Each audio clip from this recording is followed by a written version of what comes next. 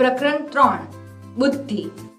પૃથ્વી પર વસવાટ કરતી સમગ્ર જીવસૃષ્ટિમાં સર્વશ્રેષ્ઠ મનુષ્ય છે. અન્ય સજીવોની તુલનામાં તેની પાસે વિશિષ્ટ શારીરિક, માનસિક ક્ષમતાઓ રહેલી છે. ઉત્ક્રાંતિની શ્રેણીમાં ઉચ્ચતમ સ્થાન ધરાવતા મનુષ્યના મગજની રચના અન્ય પ્રાણીઓની તુલનામાં વધુ વિકસિત છે. પરિણામે તે તર્ક, વિચારણા, કલ્પના, સ્મરણ, સર્જનાત્મકતા વગેરે માનસિક ક્ષમતાઓ ધરાવે છે. મનુષ્ય પાસે રહેલ વિવિધ માનસિક ક્ષમતાઓમાં બુદ્ધિ પણ પોતાનું આગવું સ્થાન ધરાવે છે. સામાન્ય રીતે આપણે બુદ્ધિને અક્કલ, ડહાપણ, ચાતુર્ય, મતિ, વિવેક, શાન, સમજણ વગેરે શબ્દોના પર્યાય તરીકે ઓળખીએ છીએ. રોજિંદા વ્યવહારોમાં અને રોજબરોજની વાતચીતમાં આપણે આવા શબ્દોનો ઉપયોગ વારંવાર કરીએ છીએ. બુદ્ધિ એક જટિલ માનસિક પ્રક્રિયા છે. તે વ્યવહારિક રીતે વર્તન કરવાની સમજ આપે છે.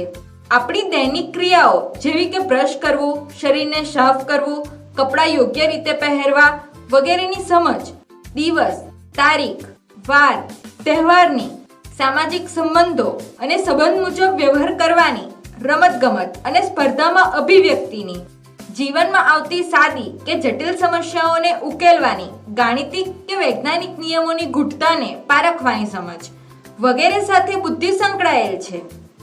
આમ જોઈએ તો બુદ્ધિ મનુષ્યના શારીરિક, માનસિક, આવેગિક, સામાજિક, રાજનૈતિક, વૈજ્ઞાનિક વગેરે તમામ વર્તન સાથે સંબંધિત છે. વ્યક્તિમાં રહેલ બુદ્ધિ ક્ષમતાનું માપન કરવા માટે મનોવિજ્ઞાનમાં અનેક કસોટીઓની રચના કરવામાં આવી છે, જેને બુદ્ધિ કસોટીઓ તરીકે ઓળખવામાં આવે છે. બુદ્ધિ કસોટીના પ્રાપ્તાંકોને આધારે વ્યક્તિ કેટલી બુદ્ધિ ક્ષમતા ધરાવે છે તે જાણી શકાય છે. વૈશ્વિક સ્તરે બુદ્ધિ ક્ષમતાના આધારે અતિમંદ, મંદ, સામાન્ય કે પ્રતિભા સંપન્ન બુદ્ધિ ક્ષમતાના વર્ગીકરણો વૈજ્ઞાનિક રીતે તૈયાર કરવામાં આવ્યા છે. બુદ્ધિની વ્યાખ્યા અને સ્વરૂપ. Definition and nature of intelligence. બુદ્ધિ શું છે તેની વધુ સ્પષ્ટતા મેળવવા માટે બુદ્ધિની વ્યાખ્યાઓ અને તેના સ્વરૂપને સમજવું આવશ્યક છે. પહેલું, બુદ્ધિની વ્યાખ્યાઓ. Definition of intelligence. જુદા જુદા દ્રષ્ટિકોણને આધારે મનોવૈજ્ઞાનિકોએ બુદ્ધિને વ્યાખ્યાયિત કરવાનો પ્રયાસ કર્યો છે. 1879માં જર્મન મનોવૈજ્ઞાનિક એબિંગહોસે વ્યક્તિ વચ્ચે રહેલી ભિન્નતાના આધારે બુદ્ધિની વ્યાખ્યા આપવાનો સૌ પ્રથમ પ્રયાસ કર્યો હતો. બુદ્ધિ શબ્દ સંસ્કૃત ભાષાના બુદ્ધ ધાતુ પરથી ઉતરી આવેલો છે. બુદ્ધ એટલે સમજવું કે જ્ઞાન આપવું. આ મુજબ બુદ્ધિ એટલે સમજણ કે જ્ઞાન પ્રાપ્ત કરવાની ક્ષમતા. બુદ્ધિ માટે અંગ્રેજીમાં ઇન્ટેલિજન્સ શબ્દનો ઉપયોગ થાય છે. એ લેટિન ભાષાના ઇન્ટેલિજર ક્રિયાપદ પરથી બનેલો છે. ઇન્ટેલિજર એટલે સમજવું. આમ બુદ્ધિ એટલે સમજ શક્તિ. બુદ્ધિની વ્યાખ્યાઓ નીચે મુજબ છે. બુદ્ધિ એટલે વસ્તુને જાણવાની ચિત્તની આકલન કે સમજ શક્તિ. સાર્થ ગુજરાતી જોડણી કોશ 2008. બુદ્ધિ એટલે સારી રીતે સમજવાની, યોગ્ય રીતે નિર્ણય લેવાની અને તર્ક કરવાની શક્તિ. બીને અને સાયમન 1904. વ્યક્તિ જેટલા પ્રમાણમાં અમૂર્ત રીતે વિચારવાની શક્તિ ધરાવતી હોય તેટલા પ્રમાણમાં તે બુદ્ધિમાન હોય છે. ટર્મન 1916. બુદ્ધિ એટલે વ્યક્તિની એવી સમગ્રલક્ષી શક્તિ જેને લીધે તે ધ્યેયપૂર્વક કાર્ય કરી શકે, તાર્કિક રીતે વિચારી શકે અને પર્યાવરણ સાથે અસરકારક રીતે વ્યવહાર કરી શકે. વેક્સલર 1939. બુદ્ધિ એટલે એક કે વધારે સાંસ્કૃતિક પરિવેશોમાં મહત્વની ગણાતી સમસ્યાઓને ઉકેલવાની કે મૂલ્યવાન વસ્તુઓનું નિર્માણ કરવાની શક્તિ કે કુશળતા. ગાર્ડનર 1986. બુદ્ધિ એટલે પર્યાવરણના કોઈ પણ સંદર્ભ સાથે અનુકૂળ કરવા માટે અથવા તેને ઘાટ આપવા માટે અથવા તેને પસંદ કરવા માટે જરૂરી માનસિક શક્તિઓ. સ્ટનબર્ગ 1997. બુદ્ધિ એ તમામ બૌદ્ધિક બોધન પ્રક્રિયાઓનો સરવાળો છે, જેમાં આયોજન, માહિતીનું સંકેતોમાં અંધન, ધ્યાન વગેરેનો સમાવેશ થાય છે. જેપી દાસ 2004. બીજું, બુદ્ધિનું સ્વરૂપ. Nature of intelligence. બુદ્ધિ અંગે જુદા જુદા મનોવૈજ્ઞાનિકોએ દર્શાવેલ વ્યાખ્યાઓને આધારે બુદ્ધિનું સ્વરૂપ આ મુજબ દર્શાવી શકાય. પહેલું, વિભિન્ન બોધાત્મક. માનસિક શક્તિઓનો સરવાળો. બુદ્ધિ એ વિભિન્ન બોધાત્મક માનસિક ક્ષમતા કે શક્તિઓનો સરવાળો છે. તર્ક, વિચારણા, કલ્પના, નિર્ણય ક્ષમતા વગેરે બુદ્ધિના પાસાઓ છે. આથી કહી શકાય કે બુદ્ધિ એક સમગ્રલક્ષી માનસિક શક્તિ છે. બીજું, અમૂર્ત રીતે તર્ક કરવાની ક્ષમતા. બુદ્ધિ એ અમૂર્ત રીતે તર્ક કરવાની ક્ષમતા છે. અમૂર્ત તર્ક કે ચિંતન એક એવી માનસિક ક્ષમતા છે જેની મદદથી વ્યક્તિ શાબ્દિક, ગાણિતિક, વૈજ્ઞાનિક નિયમોને સરળતાથી સમજી શકે છે. જેમ કે ન્યાય, પ્રામાણિકતા, સજ્જનતા એ એવા શબ્દો છે જેને મૂર્ત કે આકૃતિના સ્વરૂપમાં દર્શાવી શકાતા નથી. આવા અમૂર્ત શબ્દોના અર્થને સમજવાની ક્ષમતા એ બુદ્ધિ છે. ત્રીજું, સમસ્યાનો ઉકેલ મેળવવાની ક્ષમતા. બુદ્ધિ વડે વ્યક્તિ આંતરસૂઝની મદદથી સમસ્યાનો ઉકેલ મેળવી શકે છે. સમસ્યા ઉકેલ માટે પૂર્વ અનુભવોનો લાભ પ્રાપ્ત કરી શકે છે. મહાવરા, તાલીમ કે અનુભવોમાંથી શીખીને વર્તનને વધારે અસરકારક બનાવી શકે છે. ચોથું, ઉદ્દેશપૂર્ણ ક્રિયાઓ અને નિર્ણયો લેવાની ક્ષમતા. બુદ્ધિને કારણે વ્યક્તિ ઉદ્દેશપૂર્ણ ક્રિયાઓ કરે છે. જીવનના વાસ્તવિક ધ્યેયો નક્કી કરવામાં, પરિસ્થિતિનું યોગ્ય રીતે અર્થઘટન કરવામાં, અસરકારક રીતે તર્ક કરવામાં, જીવન વ્યવહારના સામાન્યથી માંડી વિશિષ્ટ કાર્યો કરવામાં અને નિર્ણયો લેવામાં બુદ્ધિ મદદરૂપ બને છે. પાંચમું, વાતાવરણ સાથે સમાયોજન કે અનુકૂલન કરવાની ક્ષમતા. બુદ્ધિ વ્યક્તિને વાતાવરણની સાથે અસરકારક રીતે સમાયોજન કે અનુકૂલન કરવામાં મદદરૂપ બને છે. બુદ્ધિએ નવી નવી પરિસ્થિતિઓ કે કાર્ય અંગે બદલાતી જતી અપેક્ષાઓ સાથે સાનુકૂળ થવાની શક્તિ છે. ત્રીજું, સામાન્ય સંભવિતતાનો આલેખ. Normal probability curve. બુદ્ધિ એ શિક્ષણ અને સમજણ દ્વારા જ્ઞાન પ્રાપ્ત કરવાની, સમસ્યાઓનો ઉકેલ મેળવવાની અને અમૂર્ત રીતે તાર્કિક વિચારણા કરવાની ક્ષમતા છે. બુદ્ધિના પ્રમાણની બાબતમાં વ્યક્તિગત ભિન્નતા જોવા મળે છે. વ્યક્તિમાં રહેલી બુદ્ધિ ક્ષમતાનું માપન કરવા માટે વિલિયમ સ્ટર્ન 1912માં સૌ પ્રથમવાર સૂત્ર દર્શાવ્યું હતું, જે આ મુજબ છે. બુદ્ધિલબ્ધિ ઇન્ટેલિજન્સ કોટેશન IQ = માનસિક વય મેન્ટલ એજ બાય શારીરિક વય ક્રોનોલોજીકલ એજ * 100. બુદ્ધિલબ્ધિને આધારે બુદ્ધિની વિવિધ કક્ષાઓ દર્શાવવામાં આવી છે. બુદ્ધિલબ્ધિને આધારે વર્ગીકરણ સૌ પ્રથમવાર ટર્મને દર્શાવ્યું હતું. જનસમુદાયમાં બુદ્ધિલબ્ધિનું પ્રમાણ કેટલું છે તે અંગેના અનેક અભ્યાસો બુદ્ધિ કસોટીની મદદથી કરવામાં આવેલા છે. આ અભ્યાસોના પરિણામોને આધારે દોરાયેલા આલેખ ઘંટાકર સ્વરૂપનો જોવા મળે છે. જનસમુદાયમાં બુદ્ધિલબ્ધિના વર્ગીકરણના આલેખને સામાન્ય સંભવિતતા આલેખ તરીકે ઓળખવામાં આવે છે. આ આલેખ દર્શાવે છે કે સમાજના મોટાભાગના લોકો સામાન્ય બુદ્ધિ ક્ષમતા ધરાવતા હોય છે. સામાન્ય બુદ્ધિ ક્ષમતા 90 થી 110 IQ ધરાવતા લોકોનું પ્રમાણ 50% છે, જ્યારે સામાન્યથી ઓછા કે વધુ પ્રમાણમાં બુદ્ધિ ક્ષમતા ધરાવતા લોકોનું પ્રમાણ ઓછું છે. જ્યારે મનોદુર્બળ, માનસિક રીતે પડકારરૂપ અને અતિ ઉત્કૃષ્ટ કે તેજસ્વી બુદ્ધિ ક્ષમતા ધરાવતા વ્યક્તિઓનું પ્રમાણ સમાજમાં ખૂબ જ ઓછું 2.2% છે. બુદ્ધિ વિશેના આધુનિક અભિગમો. Contemporary approaches of intelligence. બુદ્ધિ એ અનેક પ્રકારની બોધાત્મક શક્તિઓનો સમૂહ છે. વ્યક્તિના પોતાના વાતાવરણ સાથેના સમાયોજનને આધારે તેની બૌદ્ધિક ક્ષમતા પર રહેલો છે. બુદ્ધિ એક આંતરવર્તી ઘટક છે. તેના સ્વરૂપ, સંરચના, વિકાસ અને કાર્ય વિશે ધારણાઓ બાંધી મનોવૈજ્ઞાનિકોએ આ અંગેના અભ્યાસો કર્યા છે. પોતપોતાના દ્રષ્ટિકોણને આધારે મનોવૈજ્ઞાનિકોએ બુદ્ધિને વધુ ઊંડાણપૂર્વક સમજવાનો પ્રયાસ કર્યો છે અને બુદ્ધિ વિશેના અભિગમો દર્શાવ્યા છે. બુદ્ધિ અંગેના આધુનિક અભિગમોમાંથી કેટલાક અભિગમો આ મુજબ છે. પહેલું, સ્પીયરમેનનો દ્વિઘટક સિદ્ધાંત. બીજું, સ્ટર્નબર્ગનો ત્રિપુટીનો સિદ્ધાંત. ત્રીજું, ગિલફર્ડનો ત્રિપરિમાણાત્મક સિદ્ધાંત. ચોથું, ગાર્ડનરનો બહુવિધ બુદ્ધિનો સિદ્ધાંત. પાંચમું, જેપી દાસનો પાસ સિદ્ધાંત. હવે આ અભિગમો વિશે વિસ્તૃત માહિતી મેળવીએ. પહેલું, સ્પીયરમેનનો દ્વિઘટક સિદ્ધાંત. સ્પીયરમેન્સ ટુ ફેક્ટર થિયરી. બ્રિટનના મનોવૈજ્ઞાનિક ચાર્લ્સ સ્પીયરમેને 1904માં બૌદ્ધિક શક્તિના સ્વરૂપ વિશેનો સિદ્ધાંત રજૂ કર્યો, જેને દ્વિઘટક સિદ્ધાંત ટુ ફેક્ટર થિયરી તરીકે ઓળખવામાં આવે છે. સ્પીયરમેનના મતે બૌદ્ધિક ક્ષમતા મુખ્યત્વે 2 ઘટકોની બનેલી છે. પહેલું, સામાન્ય બોધત્વ. બીજું, વિશિષ્ટ બોધત્વ. સામાન્ય બોધતત્વ કે ક્ષમતાને જી ફેક્ટર, જનરલ ફેક્ટર તરીકે અને વિશિષ્ટ બોધતત્વને એસ ફેક્ટર, સ્પેશિયલ ફેક્ટર તરીકે ઓળખવામાં આવે છે. વ્યક્તિમાં રહેલી બૌદ્ધિક ક્ષમતા કે વ્યક્તિની બોધાત્મક અભિવ્યક્તિ એ જી ફેક્ટર અને એસ ફેક્ટરને આભારી છે.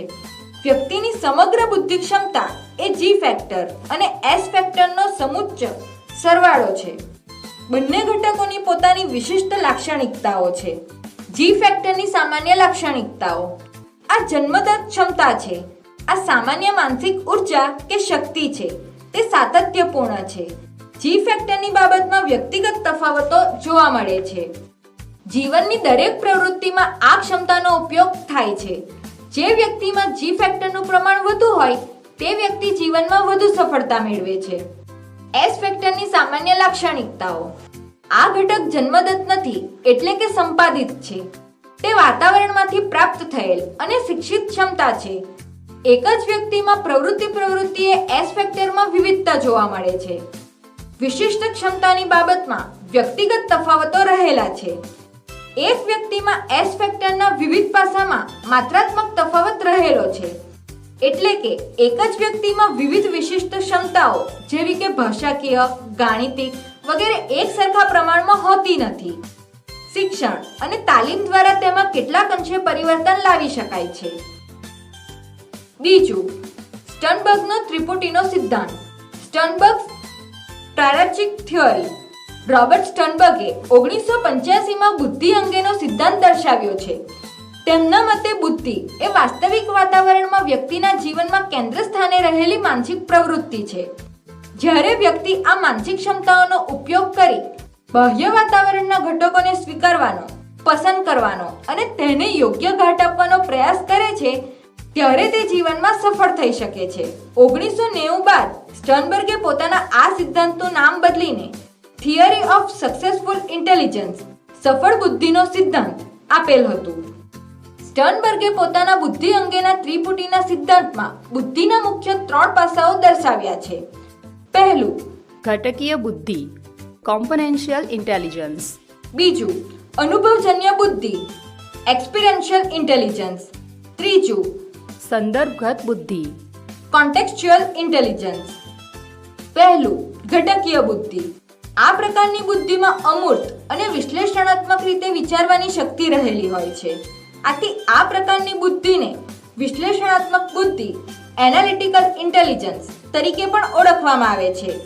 વિશ્લેષણ, એનાલિસિસ, આલોચના, ક્રિટિક, સરખામણી કે તુલના, કમ્પેરિઝન, મૂલ્યાંકન, ઇવોલ્યુશન, માપન, એસેસમેન્ટ, તાર્કિકતા, રિઝનિંગ વગેરે ક્ષમતાઓનો સમાવેશ ઘટકીય બુદ્ધિમાં થાય છે. બીજું, અનુભવજન્ય બુદ્ધિ. આ પ્રકારની બુદ્ધિમાં નવીન વિચારો, નવીન સર્જન, આંતરસૂઝ, તથ્યોને સંગઠિત કરીને નવીન ઉકેલ મેળવવાની ક્ષમતા વગેરે શામેલ હોય છે. આથી આને સર્જનાત્મક બુદ્ધિ, ક્રિએટિવ ઇન્ટેલિજન્સ પણ કહે છે. આ પ્રકારની બુદ્ધિમાં કલ્પના, સર્જનાત્મકતા, નવીનતા વગેરે ક્ષમતાઓ રહેલી હોય છે. સર્જનાત્મકતા અને મૌલિક સંશોધનકર્તાઓમાં આ પ્રકારની બુદ્ધિ અધિક માત્રામાં જોવા મળે છે. ત્રીજું, સંદર્ભગત બુદ્ધિ. આ પ્રકારની બુદ્ધિમાં વ્યવહારિક જીવનમાં વાતાવરણના સંદર્ભમાં સામાજિક, આર્થિક, આવેગિક, સાંસ્કૃતિક વગેરે બદલાતી પરિસ્થિતિ સાથે અનુકૂલન સાધવાની ક્ષમતા શામેલ હોય છે. આ પ્રકારની બુદ્ધિમાં વ્યક્તિ પોતાની નબળાઈઓની ક્ષતિપૂર્તિ કરી વાતાવરણમાંથી અધિકતમ ફાયદો મેળવી શકે તે રીતે પરિસ્થિતિને પરિવર્તિત કરવાની ક્ષમતા ધરાવે છે. આથી આને વ્યવહારિક બુદ્ધિ, પ્રેક્ટિકલ ઇન્ટેલિજન્સ તરીકે પણ ઓળખવામાં આવે છે.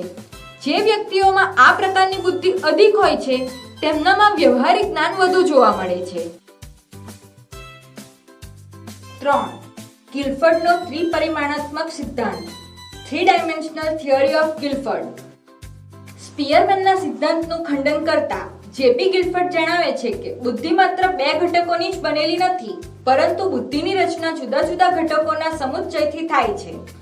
દરેક ઘટક એક વિશિષ્ટ માનસિક ક્ષમતાનું પ્રતિનિધિત્વ કરે છે, તેમ છતાં તે એકબીજાથી સ્વતંત્ર હોય છે. આવા ઘણા ઘટકો એકબીજા સાથે જોડાવાથી બુદ્ધિની રચના થાય છે. દાખલા તરીકે, જુદા જુદા અંગો અને અવયવો એકબીજાથી રચના અને કાર્યની દ્રષ્ટિએ ભિન્ન અને વિશિષ્ટ છે. તેમ છતાં સાથે જોડાવાથી શરીર અને શારીરિક ક્રિયાઓ શક્ય બને છે. તેવી જ રીતે વિવિધ ઘટકો જોડાવાથી બુદ્ધિનું નિર્માણ થાય છે. બુદ્ધિની સમજૂતી માટે ગિલફર્ડે આપેલા સિદ્ધાંતને ત્રિપરિમાણાત્મક સિદ્ધાંત તરીકે ઓળખવામાં આવે છે. તેમના મતે બુદ્ધિના બધા ઘટકોના કે તત્વોને 3 પરિમાણમાં ડાયમેન્શન વહેંચી શકાય છે. પહેલું ક્રિયા ઓપરેશન, બીજું વસ્તુ કન્ટેન્ટ, ત્રીજું નિપજ પ્રોડક્ટ. ગિલફર્ડ ક્રિયામાં વ્યક્તિની માનસિક પ્રક્રિયાઓને સ્થાન આપ્યું છે. ક્રિયામાં મુખ્યત્વે 5 પ્રકારની માનસિક ક્ષમતાઓનો સમાવેશ કરવામાં આવેલો છે. મૂલ્યાંકન ઇવોલ્યુશન, કેન્દ્રિત ચિંતન કન્વર્જન્ટ થિંકિંગ, વિકેન્દ્રિત ચિંતન ડાયવર્જન્ટ થિંકિંગ, સ્મૃતિ મેમરી અને બોધ કોગ્નિશન. વસ્તુના પરિમાણમાં 5 બાબતોનો સમાવેશ કરેલ છે. દ્રશ્ય વિઝ્યુઅલ, શ્રાવ્ય ઓડિટરી, પ્રતિકાત્મક સિમ્બોલિક, શબ્દાર્થ સેમેન્ટિક, વાર્તનિક બિહેવિયરલ. નિપજ પરિમાણ પરિણામ કે ઉત્પાદન પ્રોડક્ટ સાથે જોડાયેલ છે. તેને 6 ભાગોમાં વહેંચવામાં આવેલ છે. એકમો યુનિટ્સ, વર્ગો કે વિભાગો ક્લાસીસ, સંબંધો રિલેશન્સ, તંત્રો સિસ્ટમ્સ, રૂપાંતરો ટ્રાન્સફોર્મેશન. ચોથું ગાર્ડનરનો બહુવિધ બુદ્ધિનો સિદ્ધાંત Gardner's theory of multiple intelligence. Herbert ગાર્નરે 1983માં બુદ્ધિ અંગેના પોતાના મંતવ્યો રજૂ કર્યા. તેઓના મતે બુદ્ધિ એકાકી સ્વરૂપ ધરાવતી નથી. બુદ્ધિમાં જુદા જુદા ઘટકો રહેલા હોય છે. તેમણે બુદ્ધિની સમજૂતી માટે જે સિદ્ધાંત દર્શાવ્યો છે તેને બહુવિધ બુદ્ધિના સિદ્ધાંત તરીકે ઓળખવામાં આવે છે. ગાર્ડનરના મતે વ્યક્તિને પોતાના વાતાવરણને સમજવામાં અને દ્રષ્ટિકોણને વિકસાવવામાં બુદ્ધિ મહત્વની ભૂમિકા ભજવે છે. તેઓએ બુદ્ધિની વિશિષ્ટ 8 પ્રકારની લાક્ષણિકતાઓ દર્શાવી છે. વ્યક્તિમાં અને વ્યક્તિ વચ્ચે આ લાક્ષણિકતાઓના પ્રમાણની બાબતમાં તફાવત જોવા મળે છે. પરિસ્થિતિ, સંજોગો અને ઘટનાના અનુસંધાનમાં વ્યક્તિ બુદ્ધિની વિવિધ લાક્ષણિકતાઓમાંથી કેટલીક લાક્ષણિકતાઓનો ઉપયોગ કરે છે. દાખલા તરીકે, વિદ્યાર્થી જ્યારે વર્ગખંડમાં અભ્યાસ કરે છે ત્યારે તે ભાષાકીય, તાર્કિક કે ગાણિતિક બુદ્ધિનો રમતના મેદાનમાં રમત રમતી વખતે દૈહિક, શરીર ગતિલક્ષી બુદ્ધિનો કે સહધ્યેયોનો શિક્ષકો, વડીલો, આદર્શ વ્યક્તિને સમજવા માટે આંતરવ્યક્તિત્વ બુદ્ધિનો ઉપયોગ કરતો હોય છે. ગાર્ડનરે મુખ્યત્વે 8 પ્રકારની લાક્ષણિકતાઓ દર્શાવી છે જે નીચે મુજબ છે. પહેલું ભાષાકીય બુદ્ધિ લિંગ્વિસ્ટિક ઇન્ટેલિજન્સ. આ પ્રકારની બુદ્ધિ લેખન, વાંચન, કથન, ભાષાની જટિલતા સમજવી, તેને અસરકારક રીતે રજૂ કરવી વગેરે કાર્યોમાં પ્રગટ થાય છે. સાહિત્યકારો, લેખકો, વક્તાઓ, ઉદ્ઘોષકો, કટાર લેખકો વગેરેમાં આ પ્રકારની બુદ્ધિ ક્ષમતા વધુ જોવા મળે છે. બીજું તાર્કિક ગાણિતિક બુદ્ધિ લોજિકલ મેથેમેટિકલ ઇન્ટેલિજન્સ. ગાણિતિક તર્ક સંકેતોના ઉપયોગો, ગાણિતિક નિયમોની ગૂઢતા, ગાણિતિક પ્રક્રિયા વગેરે કાર્યોમાં આ બુદ્ધિ પ્રગટ થાય છે. વકીલો, ગુનાશોધકો, વૈજ્ઞાનિકો, આંકડાશાસ્ત્રીઓ, તર્કશાસ્ત્રીઓ વગેરેમાં આ બુદ્ધિનું પ્રમાણ વધુ જોવા મળે છે. ત્રીજું અવકાશીય બુદ્ધિ સ્પેશિયલ ઇન્ટેલિજન્સ. માનસિક પ્રતિમાઓ રચવા, અંતર વિશેના ખ્યાલોને આધારે નિર્ણય લેવાની ક્ષમતામાં, સમસ્યાના ઉકેલ કોયડા ઉકેલવામાં, ઉખાણાની રમતમાં આ બુદ્ધિનો ઉપયોગ થાય છે. વાહન ચાલકો, ઓપરેશન કરનાર ડોક્ટરો, ઇજનેરો વગેરેમાં આ બુદ્ધિ સવિશેષ જોવા મળે છે. ચોથું દૈહિક શરીર ગતિલક્ષી બુદ્ધિ બોડીલી કાઇનેસ્ટિક ઇન્ટેલિજન્સ. શરીરના હલનચલન, તેની ગતિ, અંગ વિન્યાસ, અંગ મરોડ પર દક્ષતા કેળવવા માટે આ પ્રકારની બુદ્ધિની જરૂર પડે છે. રમતવીરો, હસ્તકળાના કારીગરો, નૃત્યકારો, અભિનેતાઓ વગેરે વ્યક્તિઓમાં બુદ્ધિની આ લાક્ષણિકતાનું પ્રમાણ વધુ હોય છે. પાંચમું આંતરવૈયક્તિક બુદ્ધિ ઇન્ટરપર્સનલ ઇન્ટેલિજન્સ. આ પ્રકારની બુદ્ધિની મદદથી વ્યક્તિ અન્ય વ્યક્તિના ગમા અણગમા, લાગણીઓ, આવેગો, સ્વભાવ, ટેવો, વ્યક્તિત્વના ગુણ લક્ષણો વગેરેથી માહિતગાર થાય છે. રાજનેતાઓ, ધર્મગુરુઓ, શિક્ષકો, સામાજિક કાર્યકરો વગેરેમાં આંતરવૈયક્તિક બુદ્ધિનું પ્રમાણ વિશેષ જોવા મળે છે. છઠ્ઠું સાંગીતિક બુદ્ધિ મ્યુઝિકલ ઇન્ટેલિજન્સ. સંગીતના સૂર, લય, તાલ, રાગ, બંદિશ વગેરેની સમજ કેળવવાની ક્ષમતા સંગીતિક બુદ્ધિનું પરિણામ છે. ગાયન વાદન ક્ષેત્રે કાર્ય કરતા નિષ્ણાંતોમાં આનું પ્રમાણ અન્ય વ્યક્તિઓની તુલનામાં વધુ જોવા મળે છે. 7મું, વ્યક્તિ અંતર્ગત બુદ્ધિ, ઇન્ટ્રાપર્સનલ ઇન્ટેલિજન્સ. એક વ્યક્તિ તરીકે આપણે પોતાની લાગણીઓ, આવેગો, અભિવ્યક્તિઓ, મનોવલણો, પૂર્વગ્રહો, માન્યતાઓ વગેરેની સમજ આ બુદ્ધિ દ્વારા કેળવી શકીએ છીએ. આંતરસૂઝ અને સ્વ આવિષ્કારની સમજ મેળવવામાં આ બુદ્ધિ ઉપયોગી થાય છે. 8મું, નૈસર્ગિક બુદ્ધિ, નેચરલિસ્ટિક ઇન્ટેલિજન્સ. પ્રાકૃતિક તત્વો જેવા કે જીવસૃષ્ટિ, વનસ્પતિ સૃષ્ટિ તેમજ કુદરતી ઘટનાઓ વિશેની સમજ મેળવવા માટે નૈસર્ગિક બુદ્ધિ આવશ્યક છે. જીવ વિજ્ઞાનીઓ, વનસ્પતિ શાસ્ત્રીઓ, ખેડૂતો, વન પ્રવાસીઓ વગેરેમાં આ લાક્ષણિકતાનું પ્રમાણ વધુ જોવા મળે છે. 5મું, જેપી દાસનો પાસ સિદ્ધાંત, પાસ થિયરી ઓફ જેપી દાસ. જગન્નાથ પ્રસાદ દાસ અને તેમના સાથીદારોએ બુદ્ધિના સિદ્ધાંતોમાં જી ઘટક સિદ્ધાંતનો વિરોધ કર્યો. પ્રાયોગિક અભ્યાસો અને ચિકિત્સાત્મક અનુભવોને આધારે તેઓએ દર્શાવ્યું કે બોધાત્મક ક્ષમતા માટે મસ્તિષ્કની રચના અને તેમાં થતી પ્રક્રિયા મહત્વની ભૂમિકા ભજવે છે. તેઓએ બુદ્ધિ અંગેના શરીરલક્ષી અને તેમાં પણ ખાસ કરીને ચેતા મનોવિજ્ઞાન, ન્યુરોસાયકોલોજી દ્રષ્ટિકોણનો સ્વીકાર કર્યો છે. તેઓના મતે મગજની રચના વિશિષ્ટ છે. તેના કેન્દ્રો સ્વતંત્ર રીતે ચોક્કસ માનસિક પ્રક્રિયાનું નિયમન કરે છે, પરંતુ સાથોસાથ મસ્તિષ્કના આ કેન્દ્રો પારસ્પરિક રીતે જોડાયેલા છે. મસ્તિષ્કને ડાબું મસ્તિષ્ક ગોળાર્ધ અને જમણું મસ્તિષ્ક ગોળાર્ધ એમ બે ભાગમાં વહેંચીને સમજવામાં આવે છે. દ્રષ્ટિ, શ્રાવ્ય, ગંધ વગેરેના કેન્દ્રો મસ્તિષ્કના ચોક્કસ ભાગમાં આવેલા છે. મસ્તિષ્કના ચોક્કસ ભાગને નુકસાન થતા તેની સાથે સંબંધિત માનસિક કે શારીરિક પ્રવૃત્તિઓ અવરોધાય છે. દાખલા તરીકે, મસ્તિષ્કના ડાબા ગોળાર્ધના કોઈ ચોક્કસ ભાગને નુકસાન થતા વ્યક્તિની ભાષા લખવાની અને બોલવાની ક્ષમતા અવરોધાય છે. આમ મસ્તિષ્કની વિશિષ્ટ રચના વ્યક્તિની બોધાત્મક ક્ષમતા સાથે સંકળાયેલ છે તેવું દ્રઢપણે સ્વીકારનારા જેપી દાસ અને તેમના સાથીદારોએ બુદ્ધિનો જે સિદ્ધાંત દર્શાવ્યો છે તેને પાસ સિદ્ધાંત તરીકે ઓળખવામાં આવે છે. આ સિદ્ધાંતમાં 4 મુખ્ય બોધાત્મક પ્રક્રિયાઓનો સમાવેશ કરવામાં આવેલો છે. પી, પ્લાનિંગ, આયોજન. એ, અટેન્શન એરોઝલ, ધ્યાન ઉત્તેજના. એસ, સિમ્યુલ્ટેનિયસ પ્રોસેસિંગ, સમકાલીન પ્રક્રિયા. એસ, સક્સેસિવ પ્રોસેસિંગ, ક્રમબદ્ધ પ્રક્રિયા. પહેલું, પી, પ્લાનિંગ, આયોજન. આ એવી બોધાત્મક ક્ષમતા છે જેની મદદથી આપણે સમસ્યાનો ઉકેલ કેવી રીતે મેળવીશું તેનો નિર્ણય લઈ શકીએ છીએ અને આ નિર્ણય મુજબ વર્તન કરી શકીએ છીએ. એમાં આપણે ધ્યેયો નિશ્ચિત કરવા, પરિણામનું પૂર્વાનુમાન અને પ્રતિભાવો કે પ્રતિપુષ્ટિ એટલે કે ફીડબેકનો ઉપયોગ વગેરે માનસિક પ્રક્રિયા કરીએ છીએ. તેને માટે મોટા મગજનો અગ્રખંડ ફ્રન્ટલ લોબ જવાબદાર હોય છે. બીજું, એ, અટેન્શન એરોઝલ, ધ્યાન ઉત્તેજના. આ બોધાત્મક પ્રક્રિયામાં વાતાવરણમાં રહેલા ઘણા ઉદ્દીપકો પ્રત્યે ધ્યાન આપવાની અને અન્ય ઉદ્દીપકોની અવગણના કરવાની ક્ષમતાનો સમાવેશ થાય છે. ધ્યાન કેન્દ્રિત કરવાની મુશ્કેલીની વિકૃતિ અટેન્શન ડેફિસિટ ડિસઓર્ડર ADD ધરાવતા વ્યક્તિઓમાં આ બોધાત્મક પ્રક્રિયામાં ખામી જોવા મળે છે.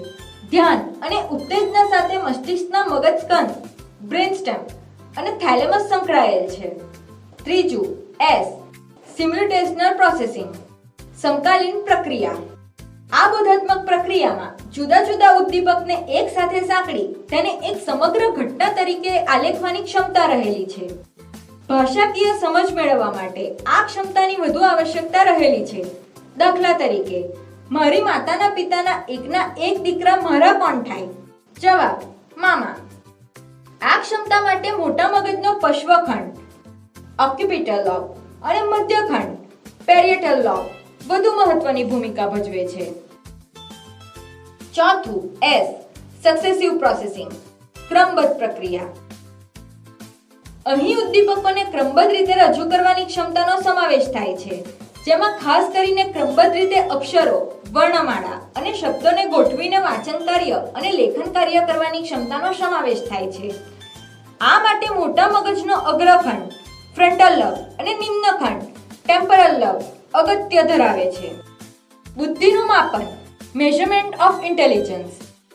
પહેલું, બૌદ્ધિક માપન, સૂત્રની સમજૂતી. માનવીની સર્વોત્તમ શક્તિ તેની બુદ્ધિ છે. બુદ્ધિ વિશેના વિવિધ સિદ્ધાંતોની સમજૂતી બાદ હવે બુદ્ધિના માપન વિશેની સમજણ મેળવીશું. બુદ્ધિનું માપન સમજવા માટે માનસિક વય અને બુદ્ધિઆંકના ખ્યાલો સમજવા જરૂરી છે. પહેલું, માનસિક વય. વ્યક્તિ જે પર્યાવરણમાં રહે છે તેના સંબંધમાં તેના માનસિક વિકાસની કક્ષા એટલે તેની માનસિક વય. જે બાળકની બુદ્ધિનું માપન કરવાનું હોય તેની હાલની શારીરિક ઉંમર કરતાં 2-3 વર્ષ ઓછી ઉંમરની કસોટીથી શરૂઆત કરવામાં આવે છે. વ્યક્તિએ આપેલા પ્રશ્નોના સાચા ઉત્તરોની સંખ્યાને આધારે તેની માનસિક વય નક્કી કરવામાં આવે છે. કસોટીના દરેક સાચા ઉત્તર દીઠ 2 માસની માનસિક વય ગણવામાં આવે છે. દરેક વર્ષની કસોટીમાં 6 પ્રશ્નો હોય છે. કસોટી આપતી વખતે બાળક દ્વારા મોટામાં મોટી ઉંમરની કસોટી કે જેના સર્વ પ્રશ્નોના સાચા જવાબ તે આપી શકે તે તેની પાયાની ઉંમર ગણાય છે. સ્ટેનફોર્ડ બીને કસોટીમાં માનસિક વય ગણવાની સમજૂતી કોષ્ટકમાં સ્પષ્ટપણે દર્શાવી છે. સ્ટેનફોર્ડ બીને કસોટી મુજબ માનસિક વયની ગણતરી. બાળકની ઉંમર. બાળક દ્વારા 8 વર્ષની ઉંમરની કસોટીના બધા પ્રશ્નોના સાચા જવાબ મળ્યા તેથી તે પાયાની ઉંમર. કસોટીના કુલ વિધાનોની સંખ્યા 6. બાળકોએ વિધાનના સાચા આપેલા ઉત્તરોની સંખ્યા 8 × 6 48. સાચા ઉત્તરોને આધારે થતી માનસિક વય મહિનામાં દરેક સાચા ઉત્તરના 2 માર્ક્સ 48 × 2. કુલ માનસિક વય માસમાં 96. 9 વર્ષની. કસોટીના કુલ વિધાનોની સંખ્યા 6. બાળકે વિધાનોમાં આપેલા સાચા ઉત્તરોની સંખ્યા 3. સાચા ઉત્તરોને આધારે થતી માનસિક વય મહિનામાં દરેક સાચા ઉત્તરના 2 માર્ક્સ 3 × 2. કુલ માનસિક વય માસમાં 6. 10 વર્ષની. કસોટીના કુલ વિધાનોની સંખ્યા 6. બાળકે વિધાનોના આપેલા સાચા ઉત્તરોની સંખ્યા 2. સાચા ઉત્તરોને આધારે થતી માનસિક વય મહિનામાં દરેક સાચા ઉત્તરના 2 માર્ક્સ 2 × 2. કુલ માનસિક વય 4. 11 વર્ષની. કસોટીના કુલ વિધાનોની સંખ્યા 6. બાળકે વિધાનોના સાચા આપેલા ઉત્તરોની સંખ્યા 1. સાચા ઉત્તરોને આધારે થતી માનસિક વય મહિનામાં દરેક સાચા ઉત્તરના 2 માર્ક્સ 1 × 2. કુલ માનસિક વય માસમાં 2. 12 વર્ષની. કસોટીના કુલ વિધાનોની સંખ્યા 6. બાળકે વિધાનોના આપેલા સાચા ઉત્તરોની સંખ્યા 1 પણ સાચો જવાબ નહીં. સાચા ઉત્તરોને આધારે થતી માનસિક વય મહિનામાં દરેક સાચા ઉત્તરના 2 માર્ક્સ 0. કુલ માનસિક વય માસમાં 0. જન્મ તારીખ મુજબ ગણતા થતી શારીરિક વય સાથે તેની માનસિક વય સરખાવવામાં આવે છે. તેજસ્વી બાળકની માનસિક વય તેની શારીરિક વય કરતાં વધારે હોય છે, જ્યારે નબળી બૌદ્ધિક ક્ષમતા ધરાવતા બાળકની માનસિક વય તેની શારીરિક વય કરતાં ઓછી હોય છે. ત્રીજું, બુદ્ધિઆંકનું વિતરણ. Distribution of IQ. પહેલું, અતિમનથી પ્રતિભા સંપન્ન. બુદ્ધિઆંકની બાબતમાં વ્યક્તિગત તફાવતો જોવા મળે છે. સામાન્ય રીતે સરેરાશ વસ્તીના આશરે 2% લોકોનો બુદ્ધિઆંક 130 થી વધુ અને બીજા 2% લોકોનો બુદ્ધિઆંક 70 થી ઓછો જોવા મળે છે. સામાન્ય વસ્તીમાં વિવિધ બુદ્ધિ કક્ષાના વર્ણનો અને તેની ટકાવારી કોષ્ટકમાં દર્શાવેલ છે. બુદ્ધિઆંકનું વિતરણ દર્શાવતું કોષ્ટક. બુદ્ધિઆંક. બુદ્ધિઆંક 70 થી નીચે. વર્ણન માનસિક પડકારરૂપ. ટકાવારી 2.20. બુદ્ધિઆંક 70 થી 79. વર્ણન સીમાવર્તીય બુદ્ધિ. ટકાવારી 6.70. બુદ્ધિઆંક 80 થી 89. વર્ણન નિમ્ન સરેરાશ બુદ્ધિ. ટકાવારી 16.10. બુદ્ધિઆંક 90 થી 109. વર્ણન સરેરાશ બુદ્ધિ. ટકાવારી 50. બુદ્ધિઆંક 110 થી 119. વર્ણન ઉચ્ચ સરેરાશ બુદ્ધિ. ટકાવારી 16.10. બુદ્ધિઆંક 120 થી 130. વર્ણન ઉચ્ચ બુદ્ધિ. ટકાવારી 6.70. બુદ્ધિઆંક 130 થી વધુ. વર્ણન પ્રતિભાશાળી બુદ્ધિ. ટકાવારી 2.20. સ્થળ અને કાળના સંદર્ભમાં પ્રસ્તુત કોષ્ટકમાં દર્શાવેલ ટકાવારીમાં ઓછા વત્તા અંશે પરિવર્તનની સંભાવના શક્ય છે. મનોદુર્બળતા એ બૌદ્ધિક મહત્તાનું સૂચન કરે છે. બીજું, પ્રતિભા સંપન્નતા. ગિફ્ટેડનેસ. એ પ્રતિભા સંપન્નતાનું સ્વરૂપ અને ઓળખ. અંગ્રેજી ભાષામાં પ્રતિભાશાળી માટે ગિફ્ટેડ, જીનિયસ, ટેલેન્ટેડ શબ્દો પ્રયોજાય છે. આનુવંશિક રીતે ઉચ્ચ બુદ્ધિ કે વિશિષ્ટ માનસિક શક્તિ ધરાવતા વ્યક્તિને પ્રતિભા સંપન્ન તરીકે ઓળખવામાં આવે છે. પ્રતિભા સંપન્ન બાળકની વ્યાખ્યા અનેક મનોવૈજ્ઞાનિકોએ આપી છે. દરેક વ્યાખ્યામાં પ્રતિભાના મૂળ આધારો, ક્ષેત્રો કે પ્રતિભાયુક્ત વર્તનોમાં ભિન્નતા જોવા મળે છે. વર્તમાન સમયમાં માનવ જીવનના કોઈ પણ અર્થપૂર્ણ બોધાત્મક અથવા નૈતિક, શારીરિક, આવેગિક, સામાજિક કે સૌંદર્યલક્ષી જેવા ક્ષેત્રમાં પ્રયોજાતી ઉચ્ચ શક્તિ તરીકે પ્રતિભા સંપન્નતાની વ્યાખ્યા કરવામાં આવે છે. ઈસવીસન 1925માં ટર્મને આવી વ્યક્તિઓનો અભ્યાસ શરૂ કર્યો હતો. આ અભ્યાસમાં બુદ્ધિ કસોટી વડે વ્યક્તિની ઉચ્ચ બોધાત્મક શક્તિઓ માપવામાં આવતી હતી. જોસેફ રેન્ઝુલ સૂચવે છે કે પ્રતિભા સંપન્નતા એ ઉચ્ચ બુદ્ધિ, ઉચ્ચ સર્જકતા અને ઉચ્ચ પ્રેરણા એમ 3 ઘટકોની આંતરક્રિયા પર અવલંબે છે. પ્રતિભા સંપન્નતામાં બોધાત્મક ઉપરાંત બીજી અનેક શક્તિઓનું સંયોજન અને સંગઠન થાય છે. આવા લોકો અન્ય કરતા ઉચ્ચ કોટીનું કર્તૃત્વ દર્શાવે છે. તેઓ વિશિષ્ટ શક્તિઓ અને ઉચ્ચ સ્વખ્યાલ ધરાવે છે. પ્રતિભા સંપન્ન વ્યક્તિઓ શીખવા માટે, સિદ્ધિઓ અને શ્રેષ્ઠતા મેળવવા માટે વધુ પ્રયત્ન કરવા તૈયાર હોય છે. પ્રતિભા સંપન્નતાની આવી કુદરતી બક્ષિસ બધા સામાજિક આર્થિક વર્ગોમાં જોવા મળે છે. પ્રતિભા સંપન્નતાને ઓળખવાની પ્રક્રિયા. પ્રતિભા સંપન્ન બાળકને ઓળખવા માટે વર્તમાન સમયમાં સામાન્ય રીતે બુદ્ધિ કસોટી અને સિદ્ધિ કસોટી સૌથી વધુ ઉપયોગમાં લેવાય છે. પ્રતિભા સંપન્ન બાળકોને ઓળખવા માટે કેટલીકવાર ચોક્કસ બુદ્ધિઆંકનો આધાર લેવાય છે. દાખલા તરીકે, જેઓનો બુદ્ધિઆંક 130 કરતા વધારે હોય તે વ્યક્તિને પ્રતિભા સંપન્ન ગણવામાં આવે છે. વર્તમાન સમયમાં પ્રતિભા સંપન્ન વ્યક્તિને ઓળખવા માટે નીચેની માહિતી મેળવવાની પદ્ધતિ પ્રચલિત છે. બુદ્ધિ કસોટીમાં વ્યક્તિએ મેળવેલ પ્રાપ્તાંક, વિદ્યાર્થી વિશેનો શિક્ષકનો અભિપ્રાય અને શાળાકીય નોંધ, બાળક વિશે મા-બાપનું મૂલ્યાંકન, બાળકનો સામાજિક આવેગિક પરિપક્વતાનો આંક.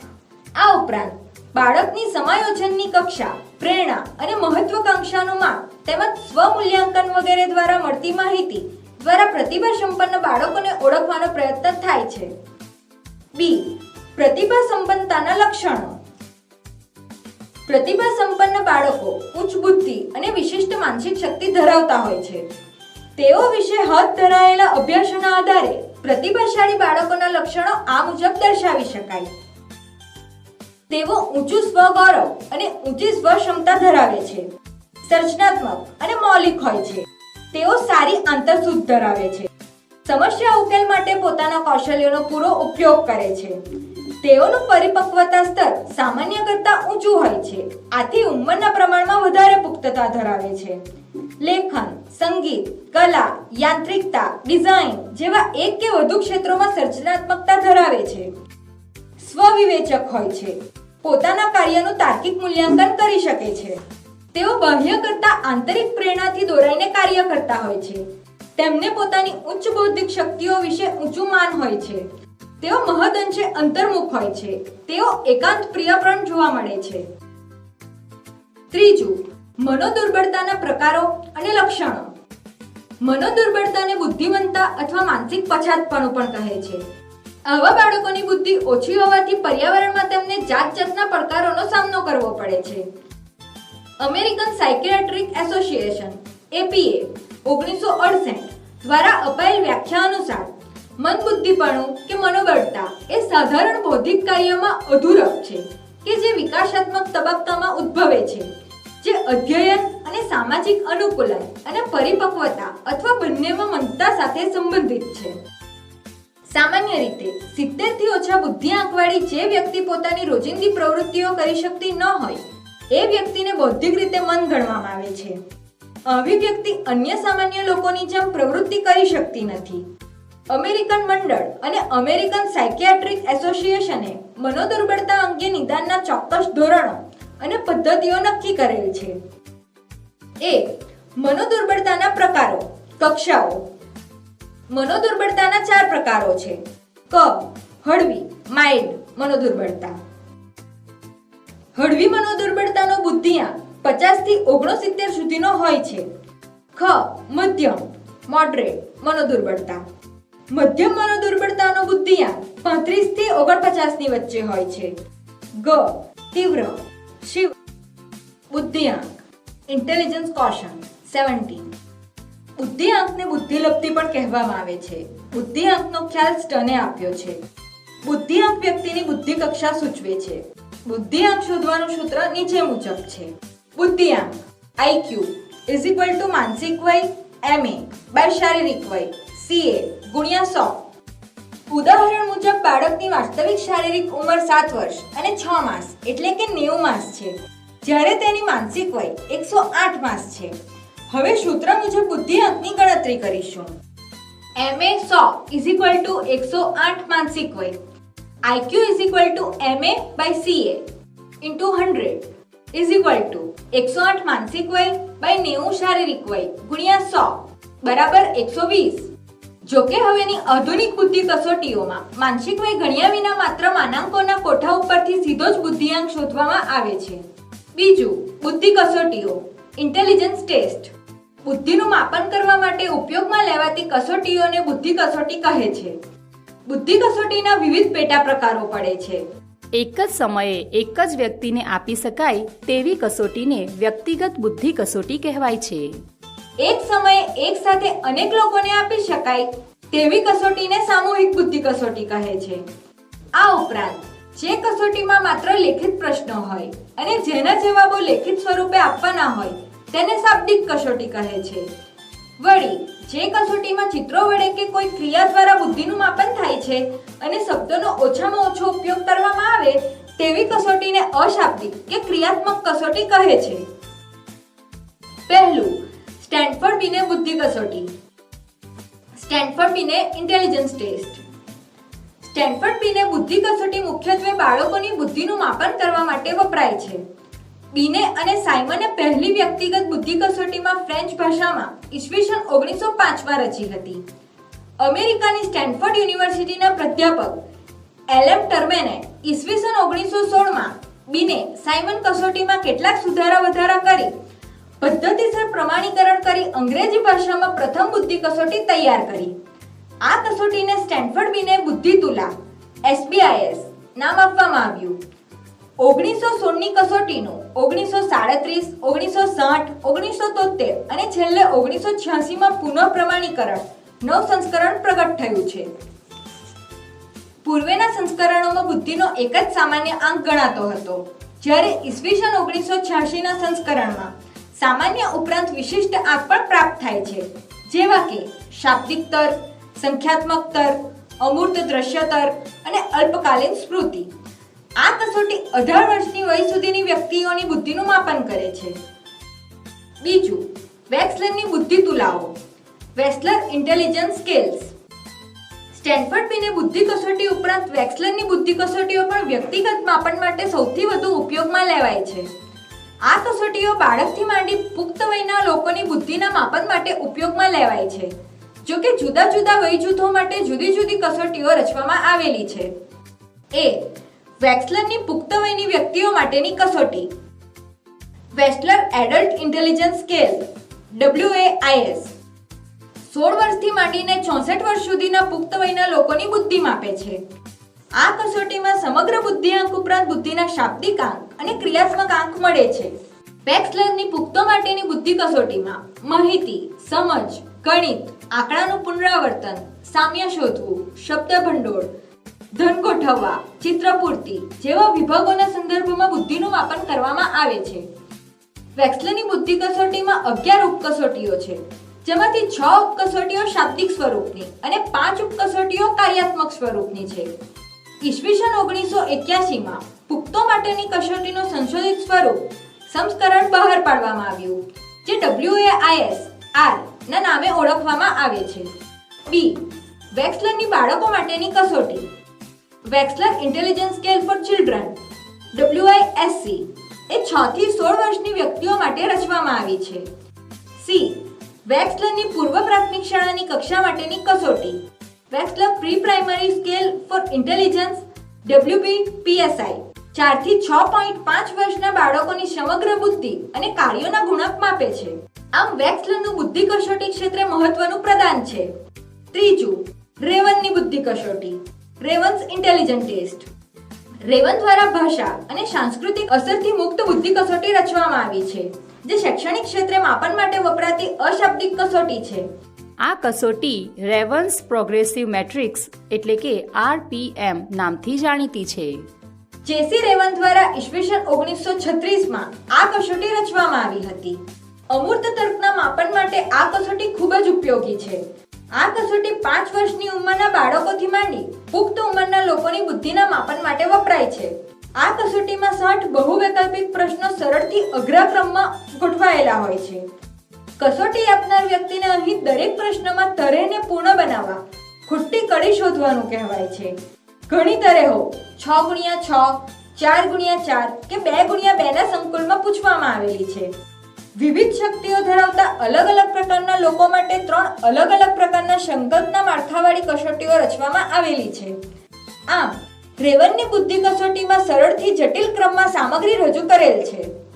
ચોથું, કોફમેનની બુદ્ધિ કસોટી, કોફમેન ઇન્ટેલિજન્ટ ટેસ્ટ. અમેરિકાના મનોવિજ્ઞાનના પ્રોફેસર એલન એસ કોફમેનનું નામ બુદ્ધિમાપન કસોટી દ્વારા વિશ્વ સ્તરે જાણીતું છે.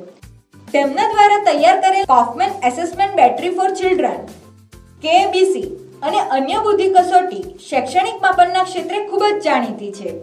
ઉપરાંત કોફમેન બ્રીફ ઇન્ટેલિજન્ટ ટેસ્ટ KBIT અને તેની દ્વિતીય આવૃત્તિ પણ મહત્વની છે. આ ઉપરાંત કોફમેન એડોલ્સન એન્ડ એડલન ઇન્ટેલિજન્ટ ટેસ્ટ KAIT પુખ્તોના બુદ્ધિમાપન માટે ઉપયોગી છે. 2004 થી 2005 ના વર્ષમાં તેમની કસોટીનું પુનઃ સંસ્કરણ પ્રકાશિત થયેલ છે. બુદ્ધિમાપન ઉપરાંત શૈક્ષણિક સિદ્ધિ માપન માટે કોફમેન દ્વારા કસોટી રચવામાં આવે છે.